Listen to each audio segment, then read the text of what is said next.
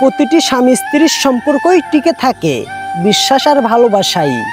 শুনে যান, কাজী যখন কাবিল নামায় দেনমোহরের টাকা লিখছিল, মেয়েটি তখন কাজীর কাছ থেকে কাগজ কলম নিয়ে বলে উঠল, আমার কাবিল নামা আমিই লিখব, আমি ঠিক যেইটা লিখব আমাকে সেটাই দিতে হবে। গরিব ছেলেটা মেয়েটাকে প্রচুর ভালোবাসতো, তাই মেয়েটির কথা মেনে নিয়ে আদর ভরা কণ্ঠে বলে উঠল, এমন কিছু লিখো না প্লিজ যা দেওয়ার মতো স্বার্থ আমার নাই। আমি গরিব হতে পারি কিন্তু তোমাকে কোনোদিন ছেড়ে যাব না।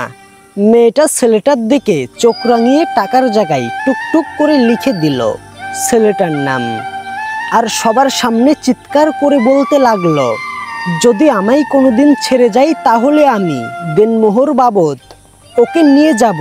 আজ কান খুলে শুনে রাখুন সবাই, প্রতিটি স্বামী স্ত্রীর সম্পর্কই তো টিকে থাকে বিশ্বাস আর ভালোবাসায়।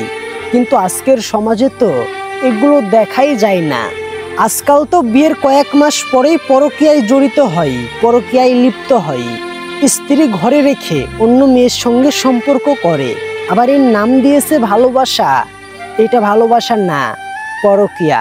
আমি ছেলে হিসেবে বলছি, ছেলেদের রুচি যে এত নিচু, ছেলেদের মন মানসিকতা যে এত খারাপ, ছেলেদের নজরটা যে এতটা বাজে, তা কল্পনার বাইরে। হ্যাঁ, আমি সকল ছেলের কথা বলছি না, কিছু কিছু ছেলে আছে যারা ভালো, কিন্তু আপনি ওই ছেলেকে কি করে বিশ্বাস করবেন যেই ছেলে ঘরে স্ত্রী সন্তান রেখে অন্য মেয়ের সঙ্গে পরকীয়া করে, অন্য কোনো কারণে না, শুধু তার দেহের স্বাদ পাওয়ার জন্যে।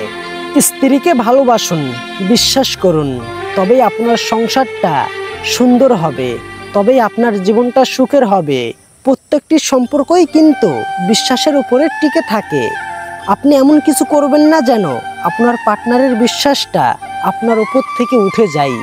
কথাগুলো বাস্তবতার সঙ্গে মিল থাকলে, শুনতে ভালো লাগলে, কষ্ট হলেও একটা শেয়ার করে দিবেন, যেন প্রত্যেকের কাছে ভিডিওটি পৌঁছায় এবং প্রত্যেকে সচেতন হতে পারে।